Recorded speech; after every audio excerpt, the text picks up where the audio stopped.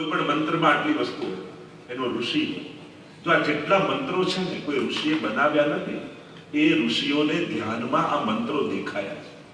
આ બધા મંત્રો પ્રગટ થયા. ઋષિની વ્યાખ્યા સંસ્કૃતમાં થાય ઋષય મંત્ર દ્રષ્ટારઃ. જેણે મંત્રોને જોયા એ ઋષિ. એટલે આ જેટલા મંત્રો છે એ દરેક મંત્રોના ઋષિ હોય. જેમ ગાયત્રી મંત્ર વિશ્વામિત્ર ઋષિ કહીએ તો એમને દર્શન કર્યા મંત્રો, એમના ધ્યાનમાં આ બધા પ્રગટ થયા છે મંત્રો. તો આ મંત્રનું ઋષિ કોણ? સર્વોત્તમ સ્તોત્રના એક એક નામ એ મંત્ર છે. તેનો ઋષિ કોણ? તો ઋષિ અગ્નિકુમાર. અગ્નિકુમાર સ્વયં શ્રી મહાપ્રભુજીના કુમાર શ્રી ગુસાઈજી આ મંત્રના ઋષિ. ઋષિ અગ્નિકુમારસ્તુ નામનામ છંદો જગત્યસૌ. દરેક મંત્રનો છંદ હોય. તો આનો છંદ કયો? જગતમાં પ્રસિદ્ધ અનુષ્ટુપ છંદ એ આનો છંદ. તો નામનામ છંદો જગત્યસૌ. પછી મંત્રનો દેવતા શ્રી કૃષ્ણાસ્યમ દેવતા છે. આના દેવતા કોણ? આ મંત્ર કોનો છે? તો કે કૃષ્ણાસ્ય, ભગવાનના મુખારવિંદ શ્રી મહાપ્રભુજી જાના દેવતા છે. નામનામ છંદો જગત્યસુ ઋષિ અગ્નિકુમારસ્તુ નામનામ છંદો જગત્યસુ શ્રી કૃષ્ણાસ્યમ દેવતા ચ બીજમ કારુણિક પ્રભુ. આ મંત્રનું બીજ કોણ? તો કે કારુણિક પ્રભુ, એ કૃપાલુ પ્રભુ શ્રી કૃષ્ણ, એ જાના બીજ. દરેક મંત્ર જ્યારે પણ આપણે કરતા હોઈએ તો એના ઋષિ, છંદ, મંત્ર અને દેવતા, આ બીજ, આટલી વસ્તુનું જ્ઞાન આપણને હોવું જોઈએ. અને અહીંયા બતાવ્યું કે આ સર્વોત્તમ સ્તોત્ર રૂપી મંત્ર સાક્ષાત મહાપ્રભુજી માટે. અને જ્યારે એનો વિનિયોગની વાત આવી તો વિનિયોગો ભક્તિ યોગ પ્રતિબંધ વિનાશને કૃષ્ણાધરામૃતા સ્વાદ સિદ્ધિરત્ન નશને. વિનિયોગો ભક્તિ યોગ પ્રતિબંધ વિનાશ. ભક્તિમાં આવતા સઘળા પ્રતિબંધોનો નાશ આ સર્વોત્તમ સ્તોત્રના પાઠ કરવાથી. એટલે કે આ પાઠ કરવાથી તમારી ભક્તિમાં જે કોઈ વિઘ્નો આવી રહ્યા છે એ બધા જ વિઘ્નોનો નાશ. અને શું પ્રાપ્ત થશે? આનું ફળ શું? કૃષ્ણાધરામૃતા સ્વાદ સિદ્ધિરત્ન નશને. સાક્ષાત રાસમાં જે ગોપીજનોને કૃષ્ણાધરામૃતની પ્રાપ્તિ થઈ હતી એ ભગવદ રૂપ અધરામૃતની પ્રાપ્તિ આ સર્વોત્તમ સ્તોત્રના પાઠથી થશે. એટલે કે રાસનું જે ફલ છે એ જ ફલ આ સર્વોત્તમ સ્તોત્રના પાઠનું છે. પ્રભુનું અધરામૃત કેવું છે? અમારે તો ગોપીજનો ગોપી ગીત આદિમાં ગાય છે. પણ સુરત વર્ધનમ શોક નાશનમ ત્વરિત, સમસ્ત શોકોનો નાશ કરનારો અધરામૃત છે. જો રોજ આપણે ત્યાં તો સિદ્ધાંત છે કે બધું ધરીને લેવું. કદાચ બધું ધરીને લેવાની અહીંયા વ્યવસ્થા નથી તમારે, તો ચલો એટલું તો નક્કી કરો ને કે પહેલું જે લેશો એ ઠાકોરજીને ધરેલું હશે. બધું ધરીને લેવાનો સિદ્ધાંત છે, પણ બધું ધરીને ન લઈ શકો તો આટલો નિયમ તો લો કે આ મુખમાં પહેલું જે મૂકીશ એ ઠાકોરજીની ધરેલી મિશ્રી હશે, યા ઠાકોરજીને ધરેલું પ્રસાદી કંઈ હશે. તો પહેલી વસ્તુ જે મૂકીશ એ પ્રભુનું અધરામૃત, પ્રભુનું ધરેલું હશે. તમે વસ્તુઓને ભોગ ન ધરી શકો, પ્રસાદી ન કરી શકો, તો આ જીભમાં પ્રસાદી અડાડી જીભને જ પ્રસાદી કરી દો. એટલે આમાંથી જે જાય એ પ્રભુની પ્રસાદી જ જાય. તમે આપણે કહેવાય કે સદા ભગવત દર્શન કરવા સદા ન કરી શકીએ તો એટલું તો નક્કી કરી શકીએ કે આંખ જ્યારે ખુલે, જાગું, ત્યારે પહેલા દર્શન સામે રહેલા ઠાકોરજીના ચિત્રના કરીશ. પહેલું દ્રશ્ય તો પ્રભુનું જોઈ શકીએ. આ જીભ કઈ બોલે તો પહેલું ભગવત નામ નીકળે એવો આગ્રહ. આખો દિવસ ન કરી શકો તો વાંધો નહીં, પણ શરૂઆત તો કરી શકો ને આના. તો આટલો આગ્રહ પણ રાખીએ તોય આપણો ભગવત સંબંધ બન્યો. મૂળ વાચા ઇન્દ્રિયોનો ભગવત સંબંધ કરવો. અક્ષણમતામ ફલ ઇદમ ન પરમ વિધામ સખ્ય પશુનનો નિવેશયતોર વૈશ્ય વક્તમ વ્રજેશ સુતયોરનું વેણુ દુષ્ટમ યૈર્વા નિપિતમનુ રક્ત કટાક્ષ મોક્ષમ. વેણુ ગીતમાં ગોપીજનો કહે છે આ પ્રભુના દર્શન એ અમારી આંખોનું ફળ છે. અને એટલા માટે આ ક્રમ જરૂર બનાવો. આટલી વાર પ્રભુને જરૂર યાદ કરો. સૌથી પહેલા જાગો. અને આમાં જો કોઈને સંસ્કૃત આવડે, ગાતા આવડે, ન આવડે, કોઈ જરૂર નથી. આટલો આગ્રહ આજે સત્સંગમાં બેઠા છો તો આ નિયમ બનાવો કે આટલી વાર ઠાકોરજીને જરૂર યાદ. એક જ્યારે આપણે જાગીએ ત્યારે 3 વાર મનમાં શ્રી કૃષ્ણ શરણમ મમ પ્રભુને યાદ. અને જાગવું પણ એક નવું જીવન. આપણા જીવનની શરૂઆત થઈ રહી છે અને ત્યારે પ્રભુને યાદ કરી. આપણે ત્યાં તો કહ્યું છે સુખ આવે દુઃખ આવે પ્રભુને યાદ કરી. સુખાવસાને ઇદમેવ સારમ. મેં પહેલા કહ્યું તમે કોઈની મદદ કરી શકો છો, તમે કોઈને સુખી નથી કરી શકતા. સુખ તો કેવલ પરમાત્મા જ આપી શકે. આપણે પુરુષાર્થ કરીએ, મહેનત કરી શકીએ. તમે ગમે તેટલો સારો પતંગ લાવ, દોરી લાવ, પણ પવન ના હોય ને તો હાથ દુખી જાય, પતંગ ચડે. આ પવન છે ને ભગવાનની કૃપા છે. અને સારો પવન હોય ને તો આપણા જેવા ફાટેલા પતંગો ચડી જતા. મૂળ વાત છે ભગવત કૃપા મળે ને તો પુરુષાર્થો ખીલી જતા હોય છે. નહીં તો એ જ પુરુષાર્થ નબળો બની, નિસ્તેજ બની, અપંગ બની જાય. પુરુષાર્થ માણસ પુરુષાર્થથી કંટાળી જાય. ક્યાં સુધી મહેનત કરવા? સુખાવસાને ઇદમેવ સારમ. જીવનમાં જ્યારે પણ સુખ મળે તો એને ઠાકોરજીનો પ્રસાદ માનો, ઠાકોરજીની કૃપા થકી. આપણે વૈષ્ણવને તો કશાનો વિરોધ નથી. ભક્ત બનવું એટલે દુઃખી જ રહેવું એવું કોને કહ્યું? ઘણી વાર એમ માનીએ કે જે દુઃખી હોય, નિષ્કંચન હોય એ જ ભક્ત સારા. ના, ભાગવતજીમાં તો બધા રાજાઓની જ કથા છે. એટલે વૈષ્ણવ તો સર્વ પ્રકારે સુખી થવો જોઈએ, સંપન્ન હોવો જોઈએ. સુખાવસાને ઇદમેવ સારમ, દુઃખાવસાને ઇદમેવ અગ્નિ. અને દુઃખના અંતમાં એને જાણવા યોગ્ય છે.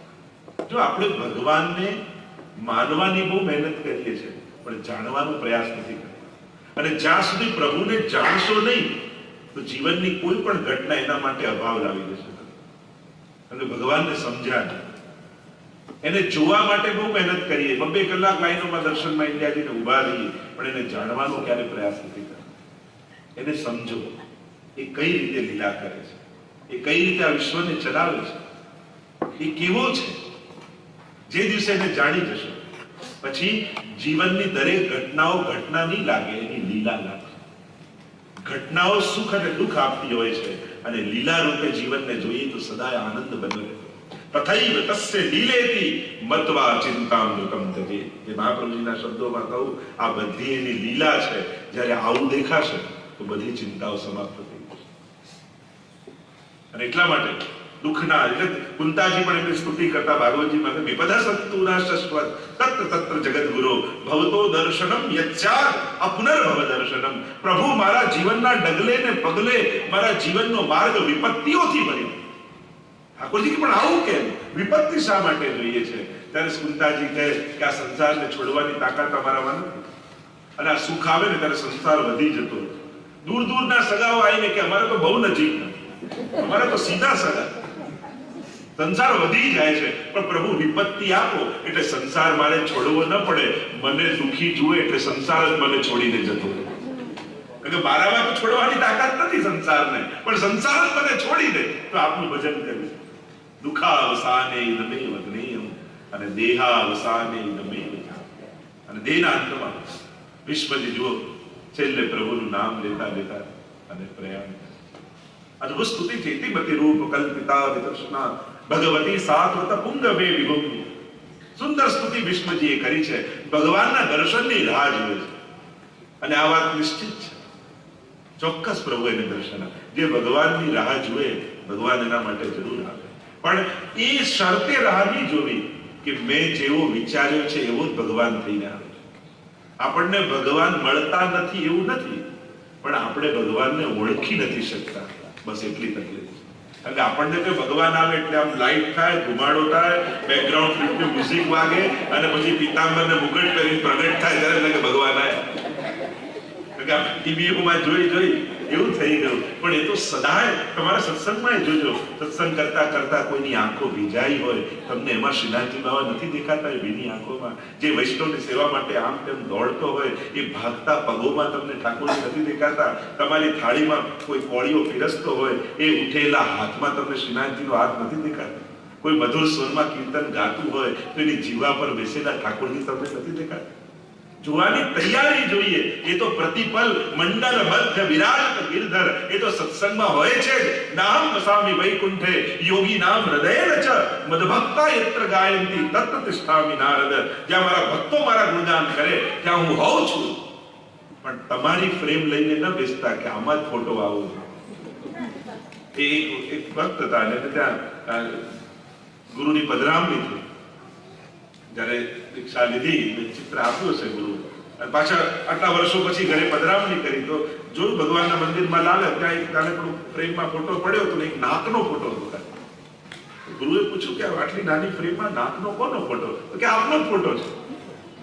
મેં તો આપેલા તો મોટા ફોટા હતો કે આવો નાનો કેમ? કે અમારી ફ્રેમ નાની હતી ને એટલે કાપીને કર્યો આટલું. તો ફ્રેમ પ્રમાણે ફોટા ન કપાય તો ફોટા પ્રમાણે ફ્રેમ લાવે. આપણે બધા ભગવાનને આપણી ફ્રેમમાં જે બાંધવાનો પ્રયાસ કરીએ એમાં સામે આવેલો પણ આપણને ઓળખાતો નથી. એ કેટલી વાર આપણી સામે વૈષ્ણવના હૃદયમાં બિરાજી, ક્યારેક એની વાણીમાં બિરાજી, એ કેટલી વાર સામે આવતો હોય છે.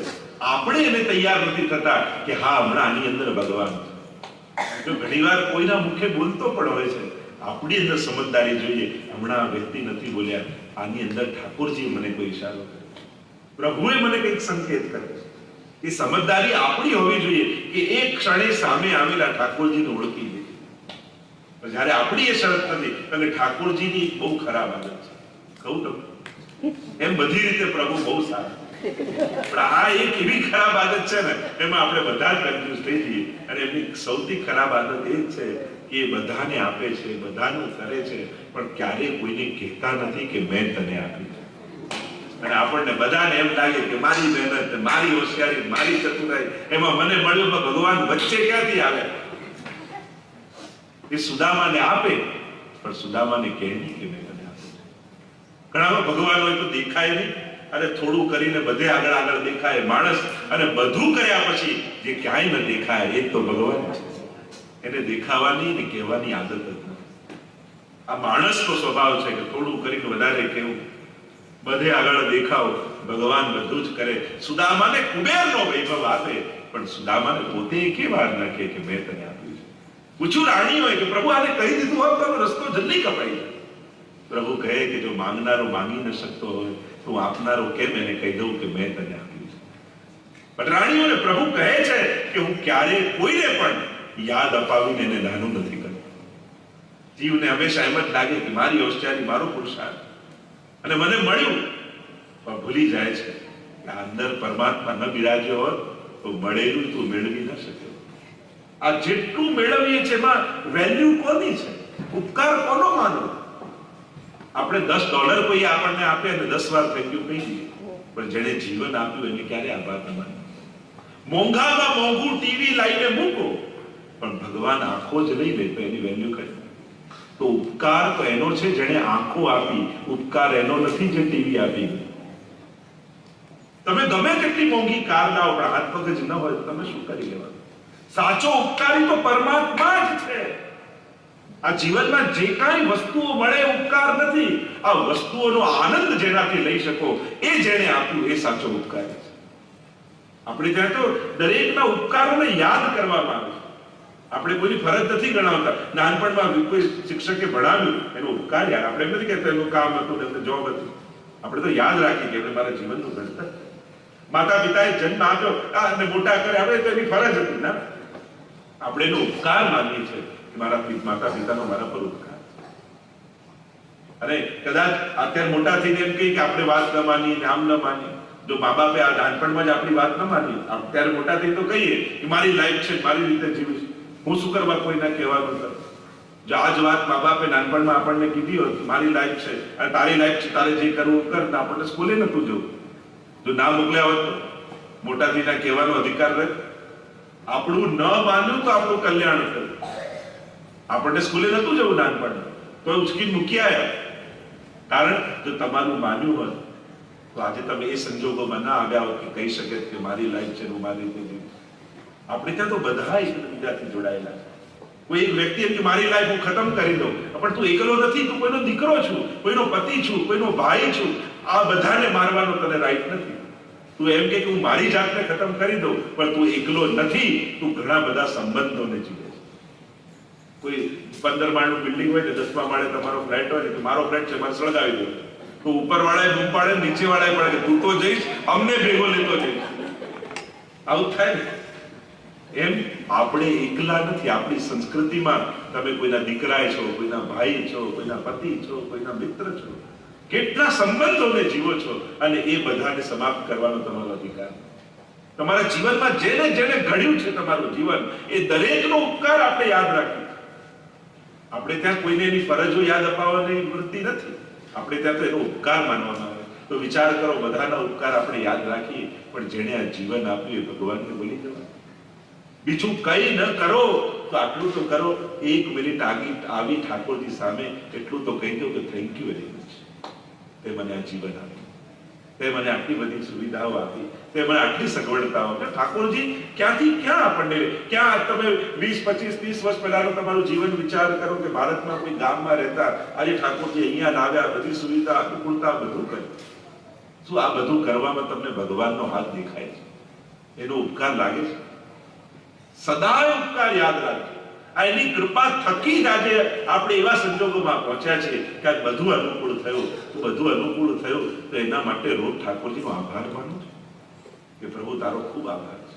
ઠાકોરજીના કેટલા ઉપકાર, પણ બસ એ આપણને કહેતો નથી ને યાદ અપાવતો નથી, એટલે આપણને એમ લાગ્યું કે ભગવાન ક્યાં વચ્ચે.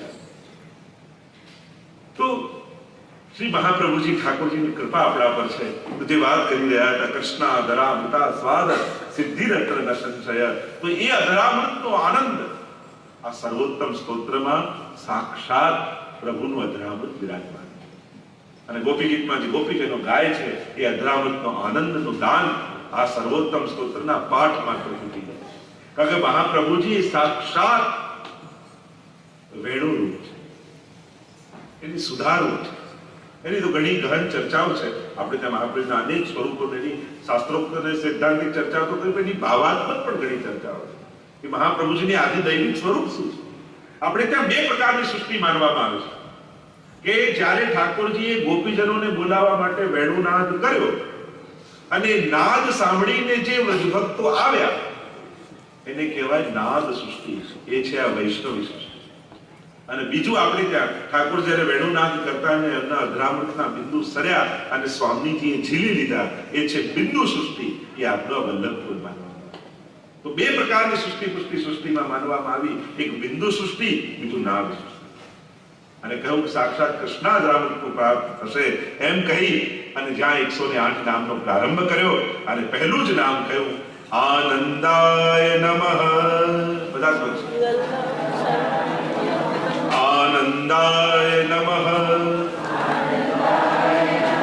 આનંદાય નમઃ,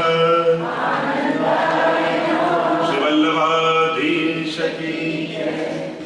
પહેલું જ નામ ગુસાઈજીના મુખમાંથી મહાપ્રભુજી માટે પ્રગટ થયું, આનંદાય નમઃ. જો આ 3 નામ મેં ગઈકાલે કહ્યું તો મુખ્ય છે. પહેલા જે 3 નામ આનંદાય નમઃ, પરમાનંદાય નમઃ અને શ્રી કૃષ્ણાસ્યાય નમઃ, આ 3 નામ મુખ્ય છે. એમાં પહેલું નામ, કારણ કે મહાપ્રભુજીના રૂપમ તત ત્રિતયાત્મકમ, ત્રિતયાત્મક સ્વરૂપ મહાપ્રભુજીના છે. તો આ 3 નામમાં 3 સ્વરૂપ કયા? પહેલું આનંદ કહીને સાક્ષાત પરબ્રહ્મનું સ્વરૂપ મહાપ્રભુજીનું છે.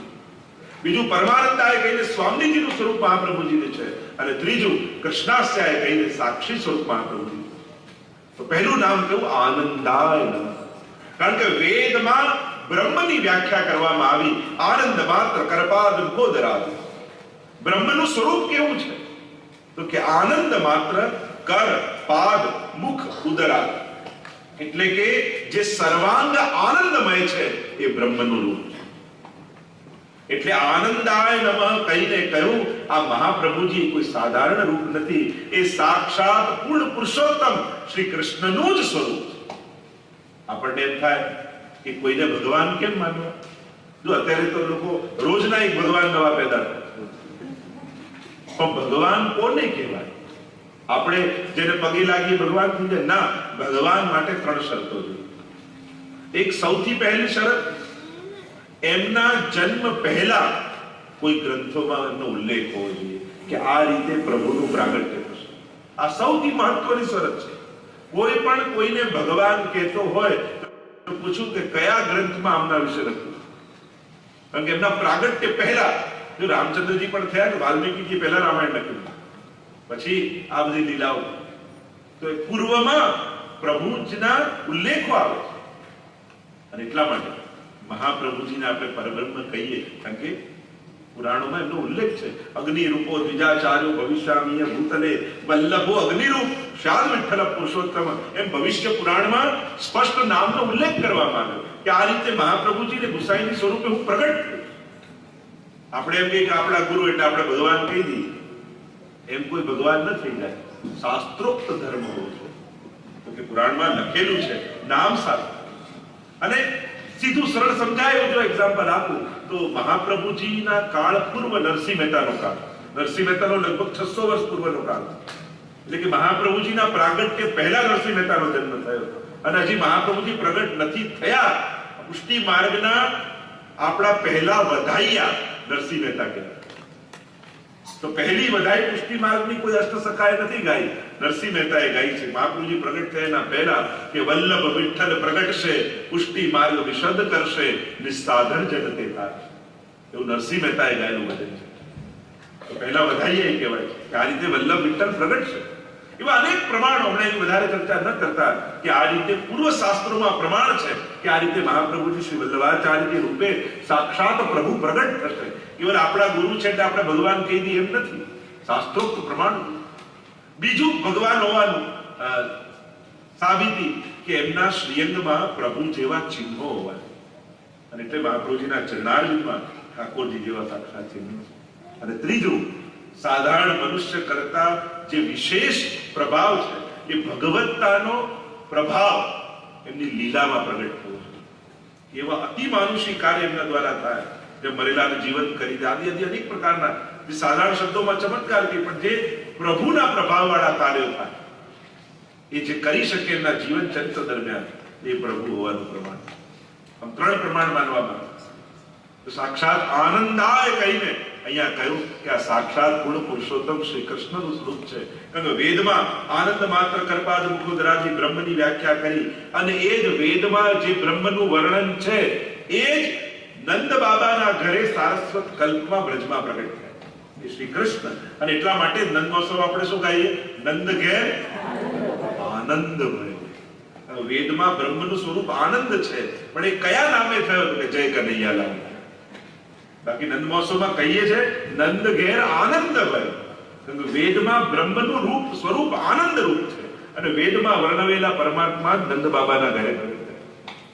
અને એ જ નંદ બાબાના ઘરે પ્રગટ થયેલા શ્રી કૃષ્ણ લક્ષ્મણ ભટ્ટજીને ત્યાં પ્રગટ થયા છે, અને એટલા માટે પહેલું જ નામ આનંદાય નમઃ. એમ આખું વેદથી લઈ કૃષ્ણ સ્વરૂપથી લઈ અને મહાપ્રભુજી સુધી એ વર્ણન કે એ જ સ્વરૂપ પાછું પધાર્યું છે. શ્રીમદ વલ્લભ કે ઘર જો પ્રભુ અવતાર ન કરતે, ગુસાઈજીની પણ બધાઈ આવે.